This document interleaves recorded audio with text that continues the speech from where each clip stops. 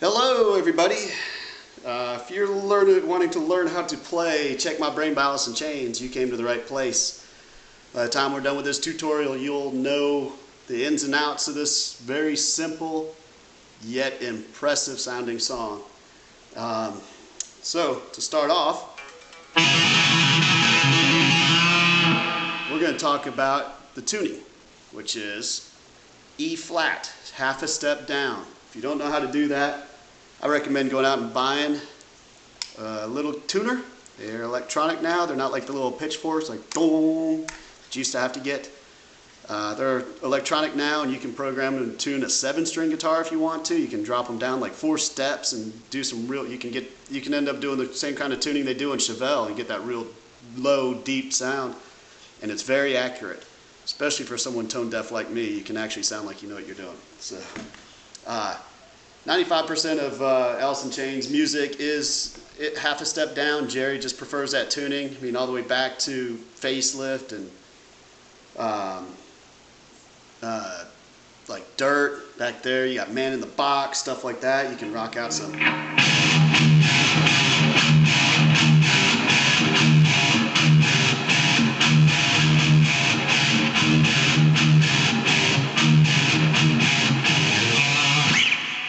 It's real simple.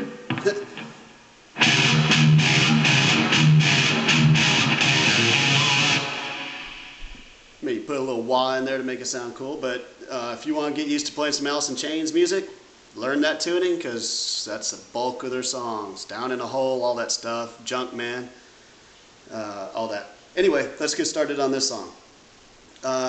There's a main riff that lasts throughout the majority of this song, and it's a little tough on your index finger if you haven't been playing for very long. So if you haven't been playing for very long, get some light strings. Don't try to be some badass and get the big thick strings.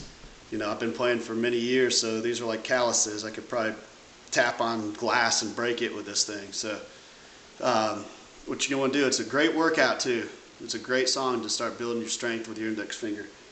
You're going to put your index finger on the 1st fret, and you're going to bend it until you match the tone as if you were on the 2nd fret. So give yourself a reference point and hit that note first.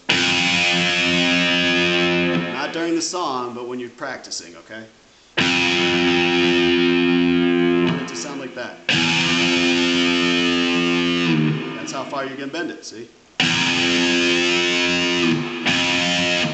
Okay, so you're going to bend it up.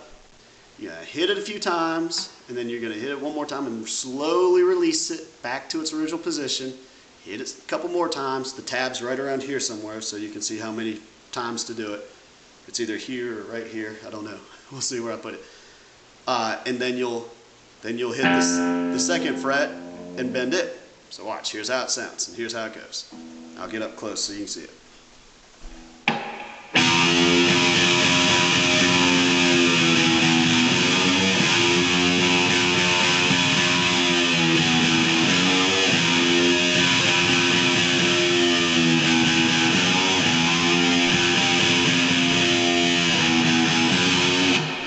Okay, and then when the band comes in, the drums start hitting, the bassist joins in and has a higher sound because he doesn't do the same on the E string, his top string, because the strings on a bass are like that thick, and can you imagine trying to bend it up there? You'll see when you try to do this one. So he comes in, and if you want to duplicate it on the guitar, do it right here, which is your 4th string from the bottom, 3rd fret, and do the same technique. This one you can use your stronger finger, your ring finger.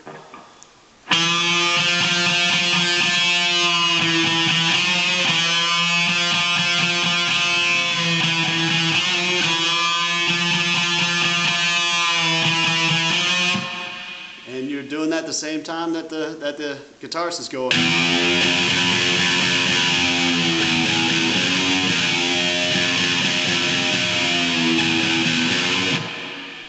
Then they break into a chorus.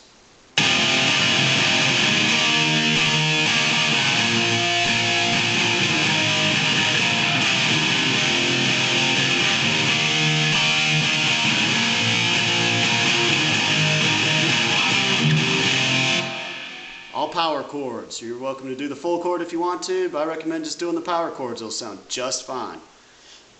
After the first chorus, he has a little interlude. It's just bending at the 5 and hitting it a bunch of times. Just.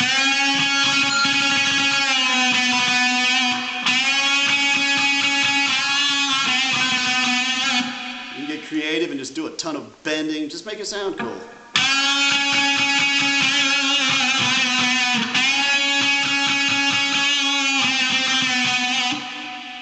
Then he bends here in the 7 and pulls off to 5, and then goes up to 7 twice.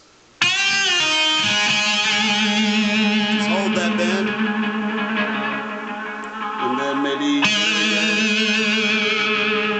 go to the 6th fret, come up here and slide down to 10 on the 2nd string.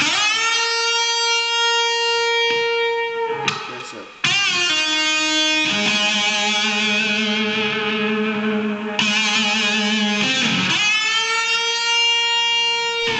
Then it goes back to the.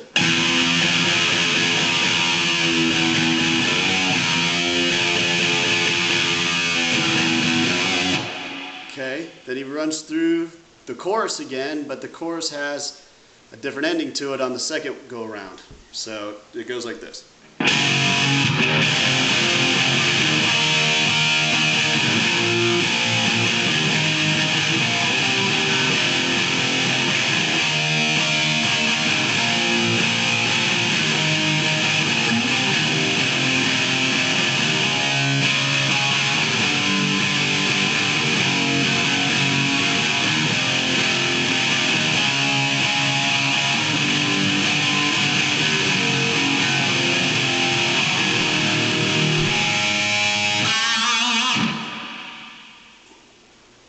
Extra crap wasn't really in there, but you can do it a different way too. On your 2nd note, you can drop down to a D, which sounds pretty cool. You can go.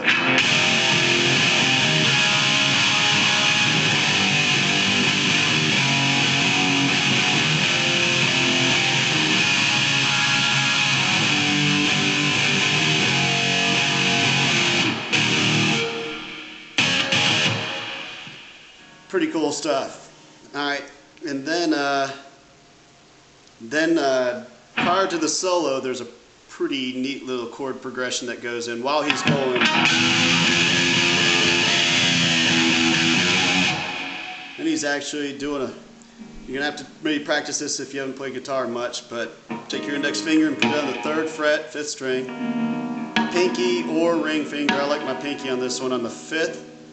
Fret, 3rd string, so you're skipping a string between the 2 fingers and leaving it open. But what you're going to do is mute it with that finger. Okay, so you only want to hear these 2. And you can pluck them, I guess, but I like to strum them. So you're just going to go.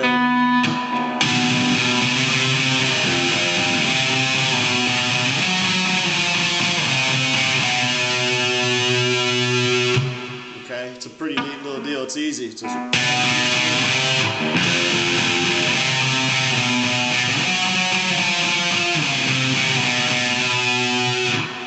Then the solo goes.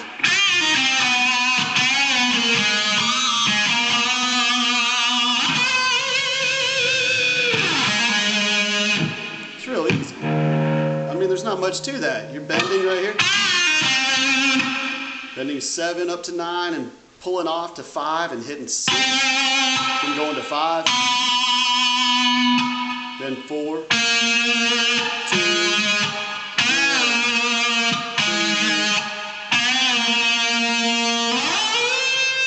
16.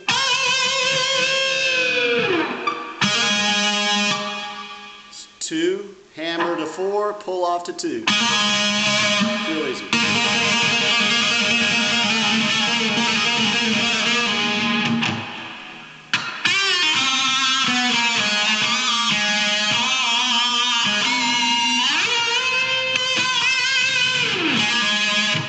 Just screw around with it, make it sound however you want. But that's the nuts and bolts of that song. Super easy. The ending goes back to that same.